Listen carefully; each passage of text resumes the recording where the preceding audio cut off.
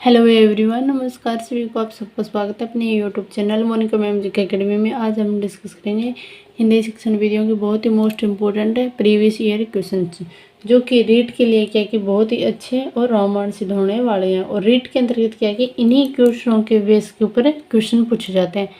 इन जैसे कि मैं करवा रही हूँ ना, सिर्फ ओनली आप उसी ढंग से मतलब इसी बेस के आप क्या कि नोट्स तैयार कर लो, चाहे भले बुक उसमें से अच्छे ढंग से पढ़ लो या प्रीवियस ईयर क्वेश्चन कर लो।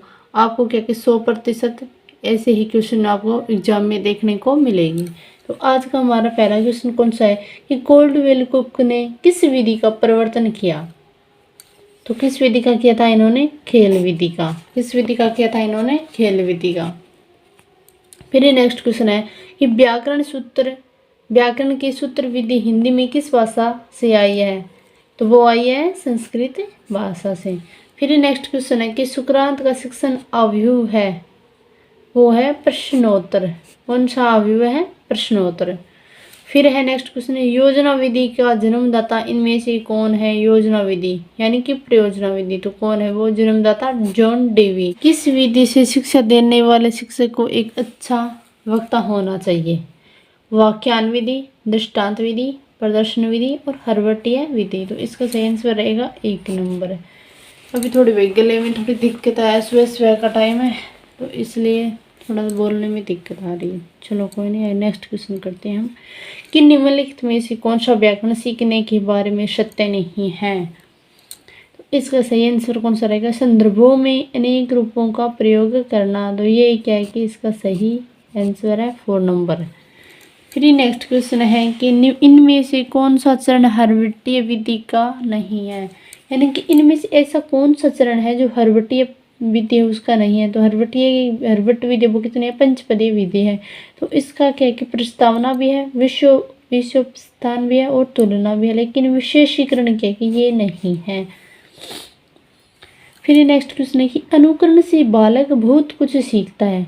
इस सिद्धांत का उपयोग भाषा शिक्षण की किस विधि में किया जाता है? अनुकरण। तो ये विधि कौन सी होगी? अनुकरणात्मक विधि होगी। कौन सी होगी? अनुकरणात्मक विधि। फिर नेक्स्ट क्वेश्चन है कि व्याकरण पढ़ाने की आगमन विधि पर सर्वाधिक बल देती है। तो आगमन विधि तो भाई सर्वाधिक बल देती है, तो वो देती है उदाहरणों पर, यानी कि उदाहरणों से नियम की ओर बढ़ना।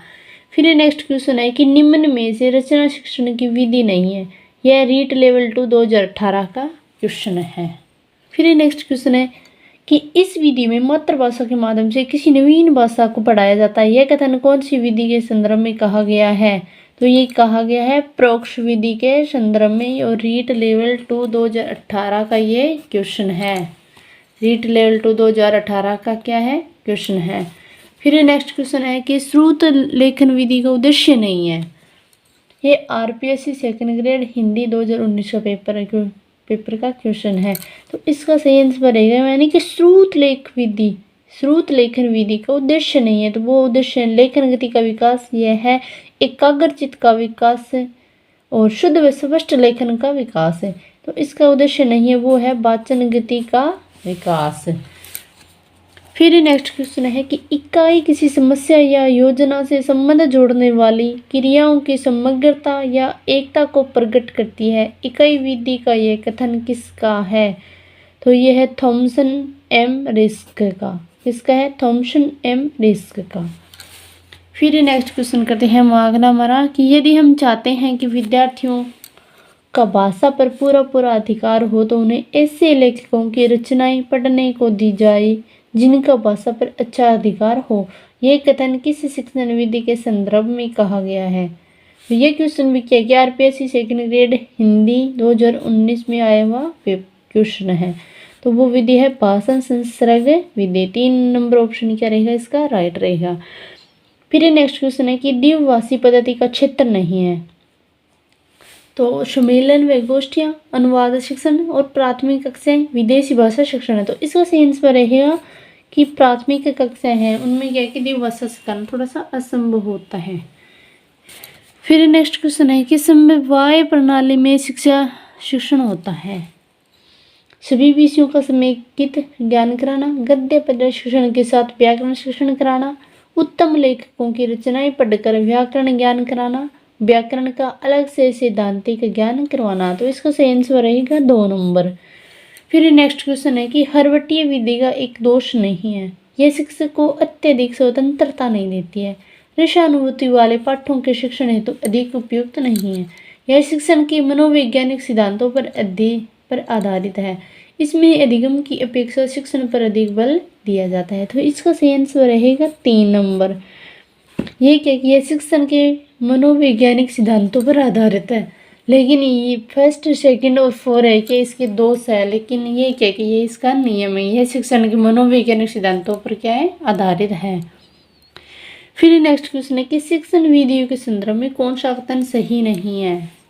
ध्वन्यात्मक विधि वर्णमाला सिखाने से संबंधित है, व्याख्यान विधि में विभिन्न प्रयोगों व दृष्टांतों का उपयोग किया जा सकता है, साक्ष्य अभिक्रमित अनुदेशन विधि में छात्र प्रश्न का उत्तर स्वयं बनाता है, भाषा शिक्षण यंत्र विधि में गीता वाद्य या आदि यंत्रों का प्रयोग किया जाता है। तो इसको सही ऑप्शन रहेगा 3 नंबर। फिर नेक्स्ट क्वेश्चन है कि कौन सी शिक्षण विधि के अंतर्गत शिक्षक द्वारा कक्षा में अधिगम सामग्री प्रदान की जाती है और निर्देशित किया जाता है कि वे इसे विचार से पढ़कर महत्वपूर्ण बिंदु निकालें, इसके पश्चात शिक्षक की सहायता से सारांश प्राप्त करें। तो इसका सही आंसर कौन सा रहेगा, पर्यवेक्षित अध्ययन विधि। कौन सा रहेगा, पर्यवेक्षित अध्ययन विधि।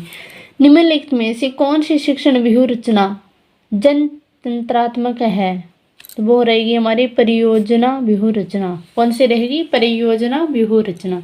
फिर नेक्स्ट क्वेश्चन है कि निम्नलिखित में से कौन सी जोड़ी सही ढंग से मेल नहीं खाती, आगमनात्मक अधिगम जे.एस. ब्रूनर और शैक्षिक उद्देश्यों का वर्गीकरण W.H. किलपैट्रिक, संकल्पनात्मक मानचित्र जोसेफ डी नोवेक, हार्विस्टिक विधि H.M. आर्मस्ट्रॉन्ग।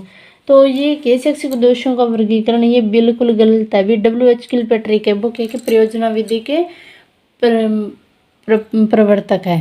कौन है, परियोजना विधि को अधिक विकसित करने वाले प्रवर्तक हैं, और परियोजना विधि के जन्मदाता कौन है, जॉन डेवी।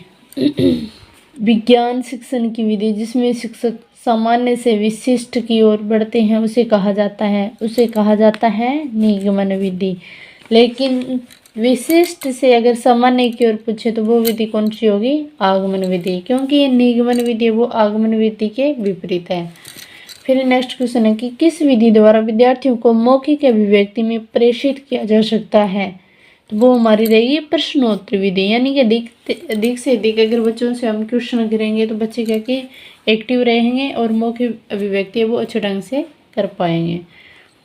फिर नेक्स्ट क्वेश्चन है कि किस विधि या प्रणाली में शिक्षक कथावाचक का स्थान ग्रहण करते हुए प्रसंग की व्याख्या करता है, तो इसका सही ऑप्शन रहेगा व्यास प्रणाली या व्यास विधि। फिर नेक्स्ट क्वेश्चन है कि खंडान्वय प्रणाली में प्रभावों का स्पष्टीकरण किया जाता है प्रश्नोत्तरों द्वारा, व्याख्यान द्वारा, तुलना द्वारा, समीक्षा द्वारा। तो इसका सही ऑप्शन रहेगा प्रश्नोत्तरों द्वारा।